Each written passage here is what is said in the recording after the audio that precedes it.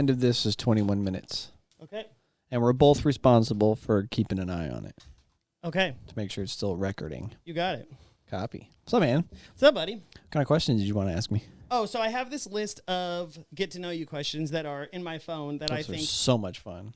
Yeah, well, that just are questions that I think they reveal a lot about somebody or their impulses or something about them or whatever. I don't know. So I was talking to Daryl about it today, so I thought it might be fun to go with. Daryl's his grandpa. He wants to get to know. Yeah, well, that I find endlessly interesting to learn more about, certainly. He's an 86-year-old guy that's very philosophical like me and will really... 86.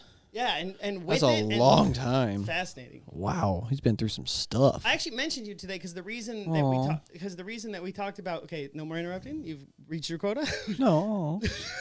The reason that I mentioned you is because one of the ones on here is how connected or disconnected do you feel from the animal kingdom, and the reason that that's on here is because of your relationship with it, because you Have a biblical view of it? Yeah, you see it as God gave us dominion over the earth, and so that essentially gives us liberty to do whatever we want to animals because they are second-class citizens to us, essentially. God teaches us and tells us not to torture things and harm things for no purpose. But yes, we have dominion over the animals. Right. He's like, be respectful, but you're in charge. Right, and I have a Polaroid about this that is called Reinforcement, and the reason that it's called that is because I was at a class for the work that I do with people with autism, and we were talking about behavior management, and they used the word reinforcement. This trainer did from New Jersey, said, you used it just kind of casually in a sentence. You know, there's no moral value to this word, reinforcement. It's just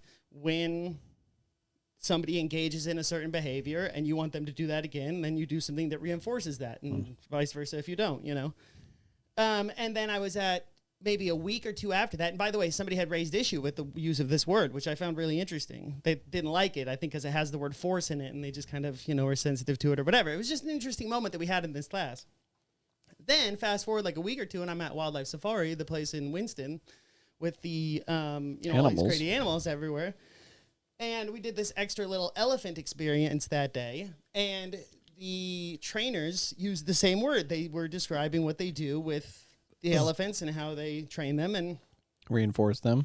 And they used the word reinforce, and I thought that was so interesting. So I have a Polaroid of the elephant called Reinforcement, and the reason that's related to this is because one feeling that I had after seeing that and after having that experience of them using this word and then using the same word at the elephant thing is that some people might interpret that as being like dehumanizing to us, that we are reinforced in the same way that elephants are, especially if you view elephants or animals in general as something that is lesser than you. You might go like, it might make you like feel you're demeaning the person to animal status. Yeah, maybe. Gotta reinforce the elephant. Gotta reinforce the kid, the person. That's exactly right, that you're demeaning a human to an elephant's level.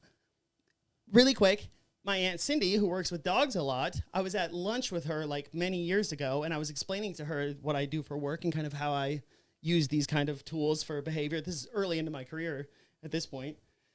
And she, kind of hesitated, you could tell she had a little bit of like reservation about what she was going to say, but she goes, I hope this is okay to say, but it sounds like a lot like what I do with dogs. But she had some reservation about that because she's not somebody who would demean people with autism or disabilities to an animal state, but it is a natural feeling that she had this, yes, of course. And so I found that so interesting that the elephants, that rather than seeing that as a demeaning thing or as a bummer or as something that is denigrating to either the animals or to humans, I actually think that's really lovely and beautiful and shows how much more similar we are than different. You know what I mean? Well, and it just shows that people have weird things with words and the meaning and the implications. Oh, sure. But I have a story that aligns with yours with the same animal thing. Yeah. When Ryan was little, Chas and I would talk about his behaviors or some things we're trying to teach him, and I would be like, we need to continue to, I don't know, let me think of an example. We need to continue to give him positive attention. Mm-hmm. and train him that he can, come to us for things. Okay, sure. And I would use the word train with Ryan a lot. Oh, interesting. And one time she took offense to that, or had been the whole time, and finally spoke up about it. She goes, he's not an animal. You don't train him. Right. I said, well, when you go to job training, when you are potty training, Right. when you go driving training. Right. I said it's just a word. Right. It's a specific form of education. That word is implied as a very targeted word for education. It has nothing to do with. I get where you're coming from. You train your dog to sit. You train your dog to heel. But you go to a job training and we're potty training him, and it's just don't get hung up on the word. I'm not demeaning when I'm saying it. It's we need to teach him. So I started switching to. It's actually synonymous. We like that word with what we're talking about with reinforcement. It's That's what I'm actually saying. the exact same. That's thing. exactly what I said. I have I have a situation. Yeah, I thought it was just going to be something where somebody got caught up in a word. I didn't realize that the word they were getting caught up in is literally the same dynamic as what I'm talking about. Right. Wow. Yeah, it is. And I do.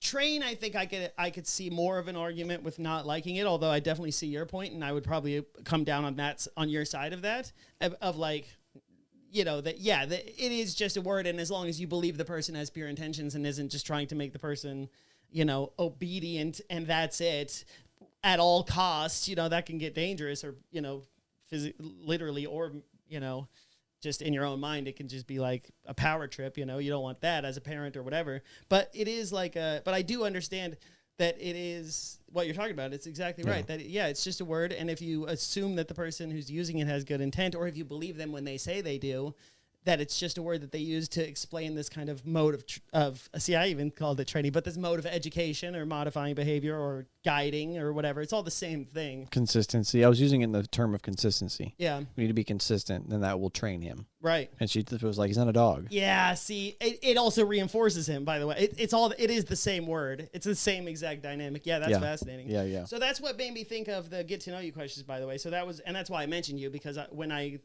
that part of the reason why that question in the first place is on that list, that how connected or disconnected do you feel from the animal kingdom, is because of us having these discussions in the past about that. There are other ones on here. We actually talked about one upstairs when we were talking to Malaysia about how did your parents pick your name? Do you like your name? Do you have a nickname? I like that question. Because some people have real stories about that, and some people don't like their name and wish they had a different name. And I find that so interesting because, like I said, your name is like the most intimate part of your identity, or like the most core thing that you have. It's like the first word that you learn as a human being on this earth is your name. You know what I mean?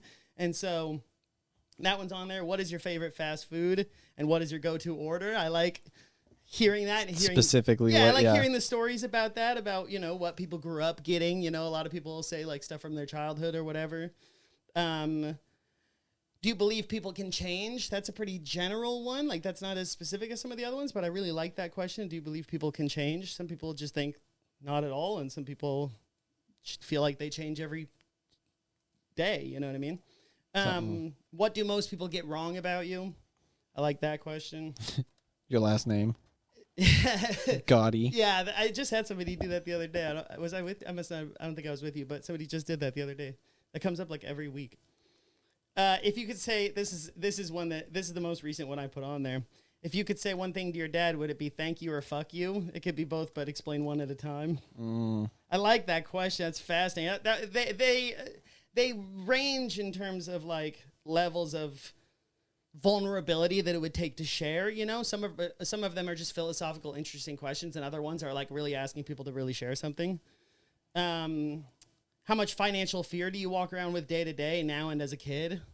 I think that's a really interesting question. How much people spend time thinking about money and calories and health and these kinds of things, because that can just occupy your whole mind.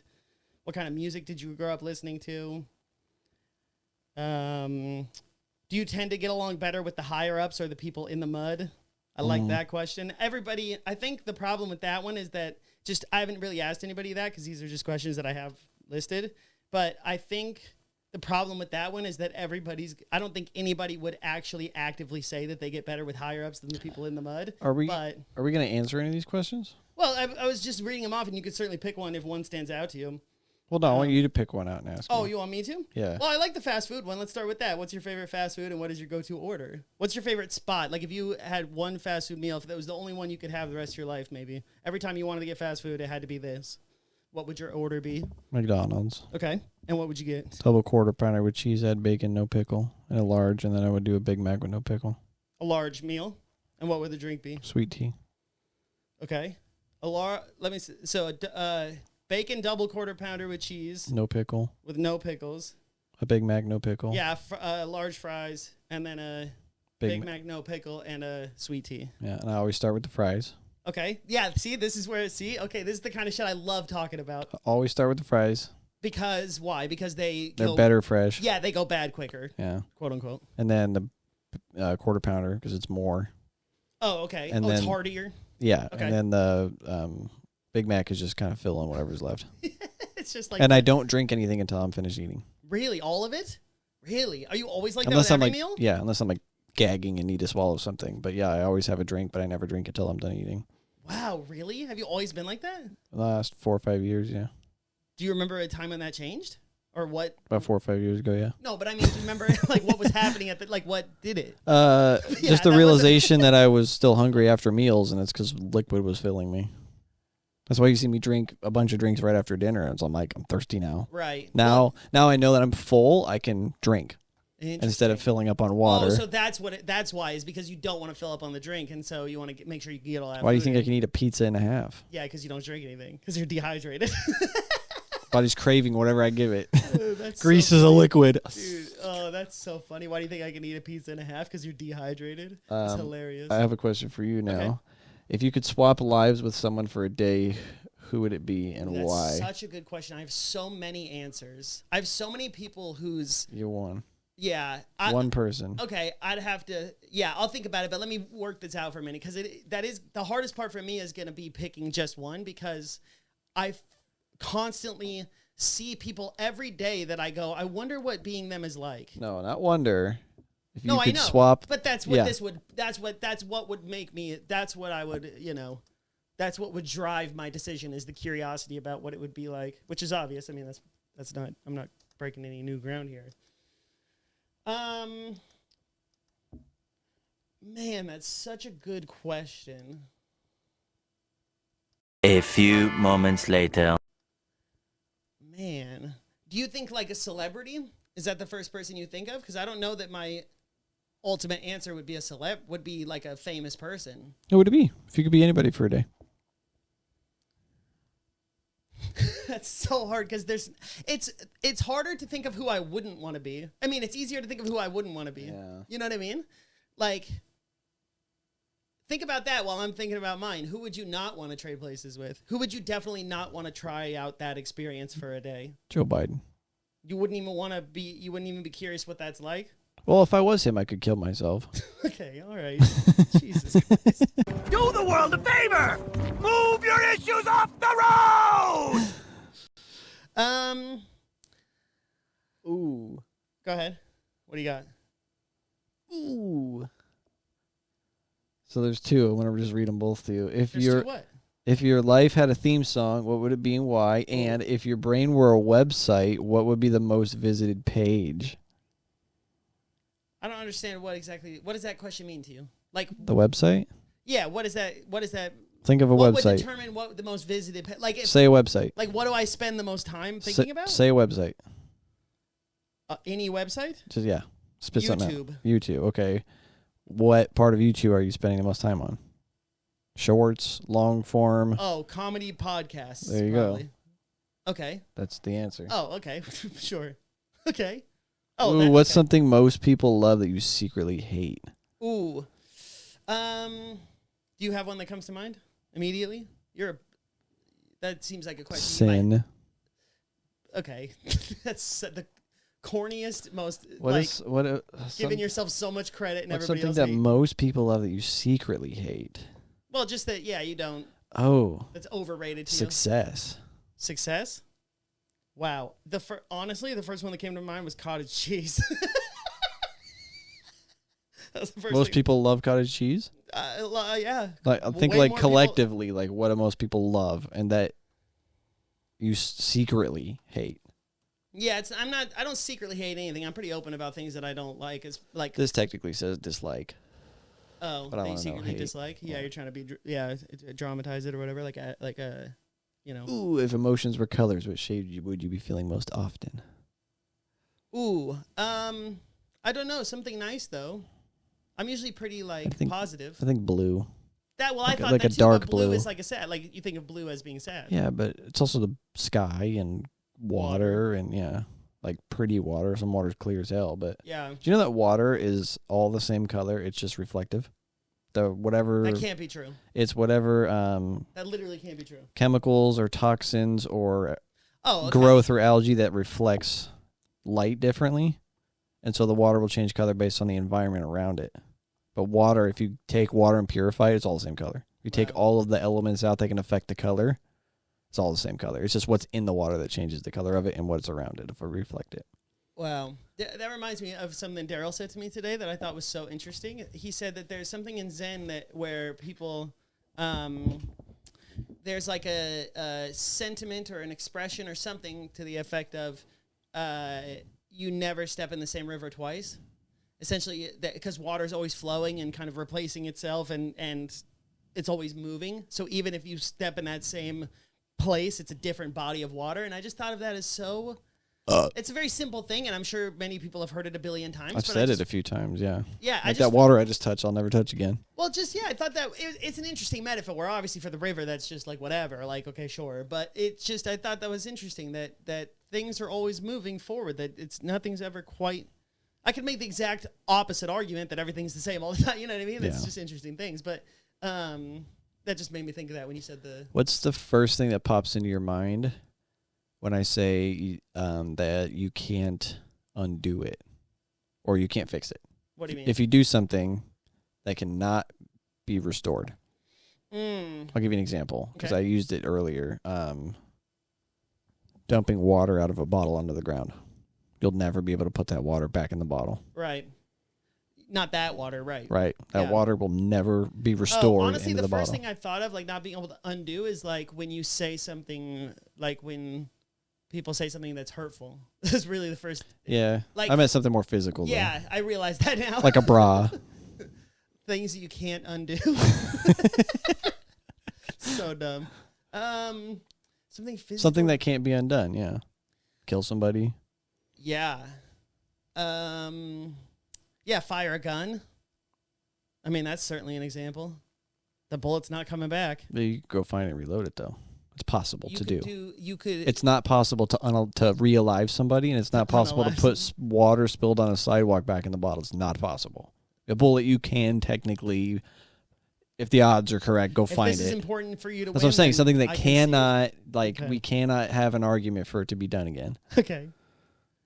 Like that's what when marriage we did it for our marriage. We had 3 different colors of sand, and we poured them all into one container, and it's to signify our bond being so strong. We could only separate our bond if we could put all the sand back to its original. It was 3 different colors. Right. Put all those colors It's back yours, in there. mine, and ours, essentially. Yeah, the yeah. three. So it's like separating this sand and putting it back where it was. Yeah, there's no distinction between the 3 anymore. Right. Yeah. That's how And unified they we can't are. be undone. That's how unified we You are. could do that, though. I mean, to be fair, if you're going to make the gun argument, then you could If it's sand, definitely- yeah. you definitely could. If you got small enough Divorce tweezers and good is enough a thing. eyesight. Somebody figured it out. Yeah, because they're doing like aluminum and steel. So he needs a magnet, and it's all separated. Oh, really? See, Yeah. I'm an idiot. I was going tweezers and good eyesight. I didn't know you No, could do aluminum isn't science. magnetic. Steel is. So if you do mix aluminum and steel, like shavings, like sand granules, like tiny shavings together, Yeah. just take a magnet and all the steel will go to the magnet. Yeah, but what's that going to do for the sand you're talking about? What I'm saying is people are getting smart. Divorce is a big thing, so people must be starting to mix aluminum Yeah, and you made a steel. big jump right there and expected me to follow right along with that. And I was Yeah. not with you.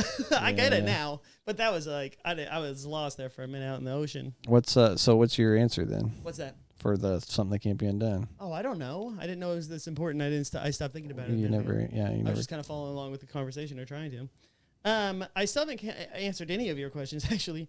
Who would I trade places? It depends on like what the purpose of it would be. So like would If you could just be somebody else would for it a be day. somebody I would really enjoy like their life? I think that's a specific thing. Then that's like a I'd be Scarlett Johansson. yeah. Her husband's gorgeous. Yeah. Yeah, he's a handsome guy, huh? And I could look at myself in the mirror. Yeah. I mean, LeBron is the first answer. LeBron and Obama are the 2 people that I think their lives are fucking fascinating. 10 seconds Really? to 20 minutes. Oh. Well, there you go. Okay, those are LeBron is probably the answer of just somebody I would like to try on for a day.